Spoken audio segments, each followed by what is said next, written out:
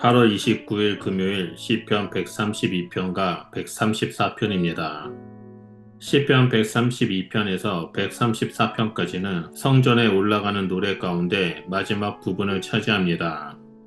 이 시편들은 단순한 순례의 노래가 아니라 하나님께서 다윗과 맺으신 언약을 기억하고 그 언약 안에서 성도들이 하나 되어 찬송하며 결국 하나님께서 베푸시는 복을 사모하는 고백입니다. 이스라엘 백성은 예루살렘 성전을 향해 걸어가면서 하나님의 임재를 사모했고 그 걸음 속에서 다시 언약의 성취를 바라보았습니다. 또한 형제의 연합이 가져오는 은혜를 체험했습니다. 그리고 마지막으로 제사장의 축복을 통해 하나님께서 자신들을 향해 은혜를 베푸시는 분임을 확신했습니다. 오늘 이 본문은 우리에게도 교회의 본질, 성도의 연합, 그리고 하나님의 축복이 어떻게 우리 삶 속에 이루어지는지를 깊이 보여줍니다. 먼저 첫 번째로 시편 132편을 보면 하나님의 언약과 임재를 볼 수 있습니다. 다윗은 시편 132편에서 언약을 회상합니다. 다윗은 여호와를 위해 거처를 마련하기를 원했고 하나님은 다윗에게 언약을 주셨습니다. 다윗의 후손 중에서 왕이 나올 것이며 하나님의 임재가 시온에 거하실 것을 약속하셨습니다. 이는 단순한 역사적 사건이 아니라 하나님께서 자기 백성 가운데 영원히 거하시겠다라는 구속사적 선언입니다. 다윗은 하나님께 집을 짓겠다고 헌신했지만 하나님은 오히려 다윗에게 그의 집을 영원히 세우시겠다라고 약속하셨습니다. 인간의 헌신보다 더 크고 확실한 것은 하나님의 언약과 임재입니다. 이 약속은 예수 그리스도 안에서 성취되어 오늘 우리의 심령이 성전이 되고 교회가 하나님의 거처가 되었습니다. 그러므로 성전은 건물이 아니라 하나님께서 임재하시는 자리입니다. 교회는 외형이 아니라 하나님의 백성이 모여 말씀과 성령 안에서 언약을 붙드는 곳입니다. 예배 때마다 하나님의 임재를 믿고 확신해야 합니다. 우리의 마음이 성전이 되어야 하며 예배의 순간마다 하나님께서 지금 함께 하심을 붙들어야 합니다. 이러한 임재의 확신은 곧 시편 134편의 형제 연합으로 이어집니다. 임재를 경험한 사람은 그 안에서 이웃과 연합할 수 있고 그 연합은 공동체 전체를 하나님의 은혜로 충만하게 합니다. 둘째로 살펴볼 것은 시편 133편의 형제의 연합이 주는 은혜입니다.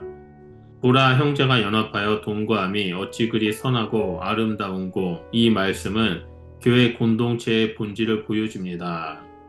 연합은 억지로 하나 되는 것이 아니라 성령 안에서 이루어지는 참된 하나됨입니다. 시편 기자는 연합을 머리에 부은 보배로운 기름과 혈몬의 이슬에 비유하며 이는 성령의 기름 부으심과 하나님의 은혜의 충만함을 상징합니다. 교회가 분열 가운데 있으면 성령의 역사는 약해지지만 사랑과 연합이 있을 때 하나님의 은혜가 충만히 임합니다. 연합은 서로의 다름을 인정하고 포용하는 가운데 이루어지며 이는 성령께서 주시는 은혜의 결과입니다. 공동체 안에 하나됨이 있을 때 기름이 흘러 온몸을 적시는 것처럼 하나님께서 주시는 은혜가 모두에게 퍼집니다. 혈몬의 이슬이 시온산에 내리는 것처럼 연합은 메마른 공동체를 새롭게 하고 힘있게 합니다. 가정, 교회, 공동체에서 연합을 이루는 것이 신앙생활의 핵심입니다. 내가 먼저 양보하고 사랑할 때 연합이 시작됩니다. 이러한 연합은 단순히 관계를 아름답게 만드는 차원을 넘어 예배와 축복으로 이어집니다. 시편 134편은 연합으로 하나 된 공동체가 하나님을 밤낮으로 예배하며 그 예배 속에서 하나님께서 복을 내려주심을 증거합니다. 마지막 세 번째로 시편 134편의 성도의 축복과 예배의 완성입니다. 성전에 올라가는 노래의 마지막은 축복으로 끝납니다. 밤에 여호와의 집에 서 있는 너희여 여호와를 송축하라. 이 말씀은 단순히 성전에서의 행위를 묘사하는 것이 아니라 밤낮으로 하나님을 섬기는 제사장들의 모습을 통해 끊임없는 예배와 섬김의 삶을 강조합니다. 이는 예배가 특정한 시간과 공간에만 머무르지 않고 삶 전체로 이어져야 함을 보여줍니다. 성전에는 밤에도 하나님을 섬기는 자들이 있었습니다. 이는 하나님의 백성이 언제나 주님을 높이며 삶의 모든 순간을 주님께 드려야 함을 교훈합니다. 우리가 드리는 예배는 종교적 의무가 아니라 하나님을 송축하는 삶의 태도입니다. 또한 3절은 천지를 지으신 여호와께서 시온에서 내게 복을 주실지어다 라고 선포합니다. 예배는 우리가 드리는 것이지만 동시에 하나님께서 복으로 응답하시는 자리입니다. 예배 가운데 우리는 하나님의 임재를 경험하고 그 축복이 우리의 삶 속으로 흘러갑니다. 결국 시편 134편은 하나님의 백성이 연합하여 드린 예배가 축복으로 이어짐을 보여줍니다. 우리가 하나님을 예배할 때 하나님은 반드시 은혜와 축복을 주십니다.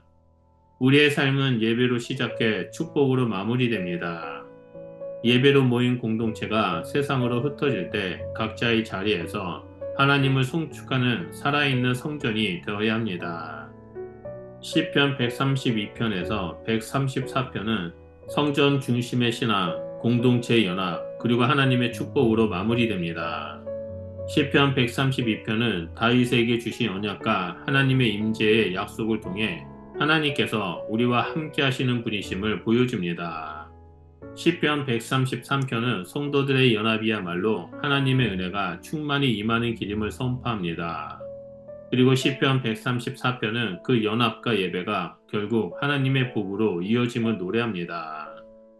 우리는 하나님 앞에 늘 예배하며 성도들과 사랑과 연합을 이루고 하나님의 축복을 사모하며 살아가는 공동체가 되어야 합니다. 예배의 자리에 충실하고 공동체 안에서 사랑을 나누며 하나님께서 약속하신 복을 붙들며 살아가는 것이 오늘 우리에게 주신 말씀의 도전입니다. 그러므로 하나님 앞에 예배와 연합으로 서는 삶을 통해 풍성한 축복을 누리시길 예수님 이름으로 축원드립니다. 기도하겠습니다. 은혜로우신 하나님, 주님의 말씀을 통해 다윗과 세우신 언약을 다시 기억하게 하시니 감사합니다. 우리의 삶이 하나님의 성전이 되어 언제나 임재 안에 거하게 하시고 성도들과 연합하며 하나님을 예배하는 자가 될 수 있도록 늘 함께하여 주시옵소서. 그래서 예배하는 모든 자들에게 하나님의 복을 내려주시고 우리의 가정과 교회와 일터 위에 주님의 은혜가 충만하게 하여 주시옵소서. 예수님 이름으로 기도드립니다. 아멘.